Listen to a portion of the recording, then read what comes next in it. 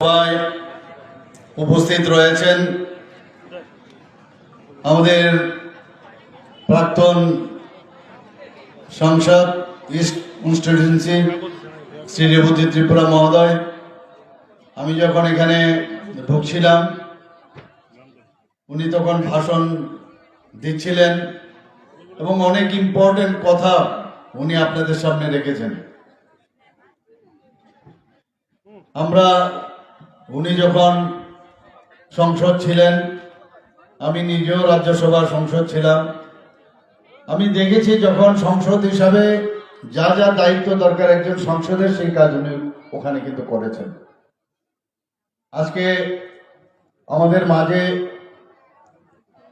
আমরা যার জন্য খোঁজ করছি যে এই ধরনের ইয়াং যারা, বিশেষ করে জনজাতি অংশের যারা ইয়াং ইউথ যারা আছে আমাদের পার্টিতে, মাননীয় প্রধানমন্ত্রীজি কিছুদিন আগে বলেছেন, আপনারা শুনেছেন, যে যাদের কোনো ব্যাকগ্রাউন্ড নেই, কোনো দিন রাজনীতিতে, কোনোদিন যে পরিবারে কোনোদিন কেউ রাজনীতি করেনি, আমরা ভারতীয় জনতা পার্টি সেই ধরনের ইয়াং যারা আছেন, সেই ধরনের আমরা যারা ভারতীয় জনতা পার্টিতে যোগদান করতেন চান তাদেরকে আমরা স্বাগত জানাই। তো আমাদের মধ্যে আজকে এই ধরনের একজন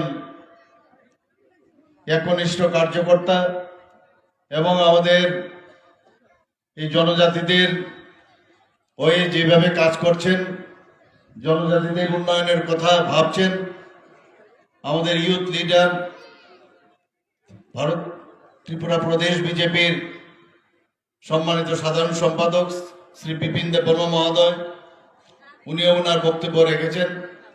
আমাদের মাঝে উপস্থিত আছেন আমাদের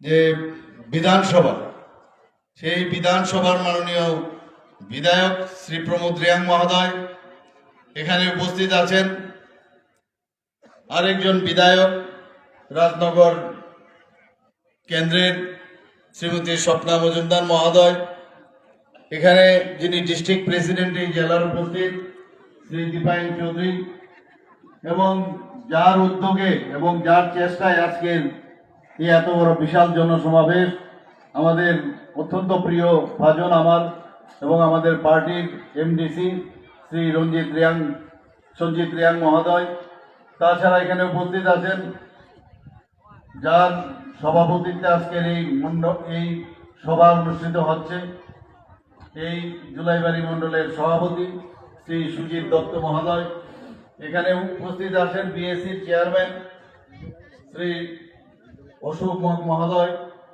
আমার সামনে এখানে বিশিষ্ট ব্যক্তিবৃন্দরা উপস্থিত আছেন, বহু পুরনো যারা সিপিএম এর এগেনস্টে সারা জীবন যুদ্ধ করে গেছে, ফাইট করেছেন, এইসব ব্যক্তিরা আমার সামনে এখানে উপস্থিত আছেন, প্রাক্তন এমএলএ উপস্থিত, এখানে অনেক আমাদের বিভিন্ন স্তরের যারা দলীয় পদাধিকারীগণ, এবং বিশেষ করে যারা আমার প্রিয় মা ও বোনেরা জনজাতি অংশে এবং অন্যান্য গোষ্ঠীর যারা এখানে উপস্থিত, এবং আমার প্রিয় সাংবাদিক বন্ধুরা, সবাইকে আমি হার্দিক অভিনন্দন ও শুভেচ্ছা জানাচ্ছি।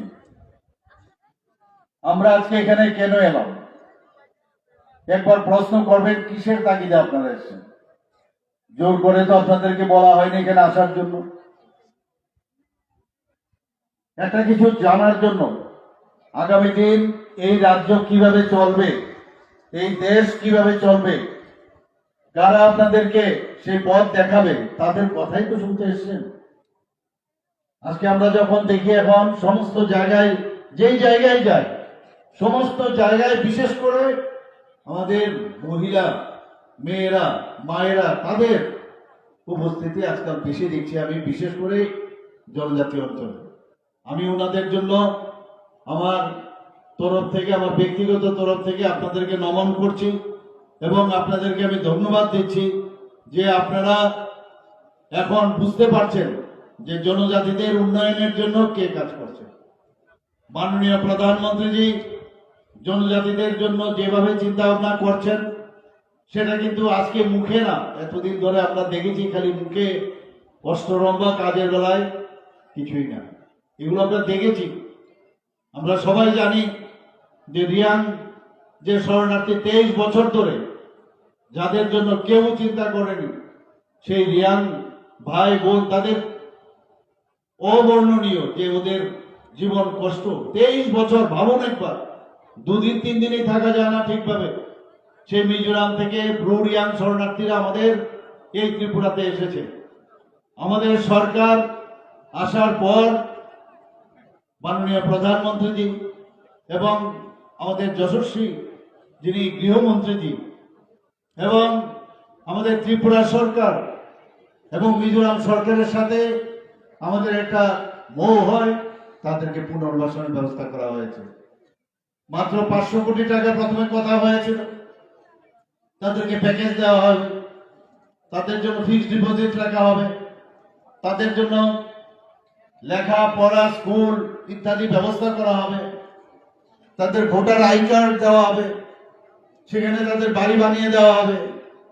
সব আমরা একমাত্র ভারতীয় জনতা পার্টির সরকার আসার পর সেটা সম্ভব হয়েছে। কিছুদিন আগে গৃহমন্ত্রী এখানে এসেছিলেন, আসার পরে উনি বললেন